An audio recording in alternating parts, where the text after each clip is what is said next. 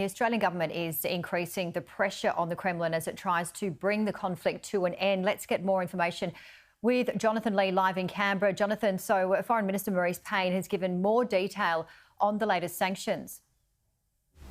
She certainly has. This is the third tranche of sanctions that we talked about specifically yesterday. Now, Marise Payne has actually just returned from Europe and also Southeast Asia. She's been speaking with a lot of international leaders, I suppose it's fair to say. She talked specifically today about what she calls the unity of partners. Talked about Russia's actions here being a breach of international law, a gross breach, a violation. The problem that the government has here, and also Western powers, is that Russia is obviously one of the permanent members of the UN Security Council. It is also not a member of the International Law Council, so it's not going to punish itself here for this egregious breach of the international law.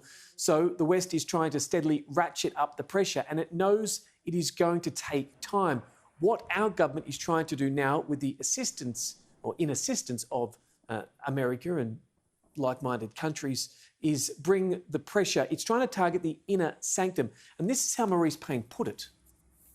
Last night, Minister Birmingham, as acting foreign minister, signed the necessary instruments to put financial sanctions on 8 Russian oligarchs who are close to President Putin and who deserve to bear the economic punishment and cost for Russia's destructive behaviour.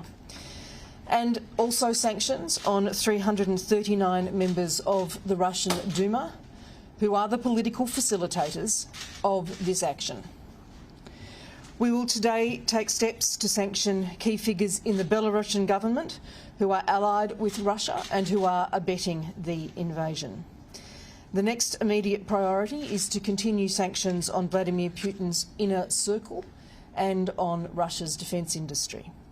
So, Jonathan, more sanctions being put in place, and we're now seeing governments move on Vladimir Putin. We are, not just Vladimir Putin, but also his foreign minister, and Belarus, as you just heard there, effectively a proxy state north of Ukraine, which has been assisting Russia in this invasion as they try and get through to the capital. But we're now also starting to see international movement on Vladimir Putin, the president, effectively treating him like the leader of North Korea. We've seen overnight announcements by the UK, the EU and this morning by Canada that they will sanction Vladimir Putin himself and Russia's Foreign Minister Sergei Lavrov, given the gravity of what they are doing and their key roles. I am seeking advice from the Department of Foreign Affairs and Trade to enable Australia to take similar steps.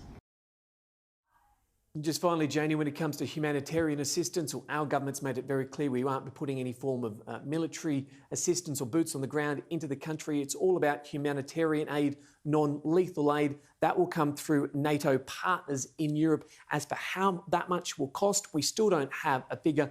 We're waiting on that, but we will provide money, and they will end up determining what needs to be purchased there to save us the difficulty of trying to send something in to a conflict zone. Janie.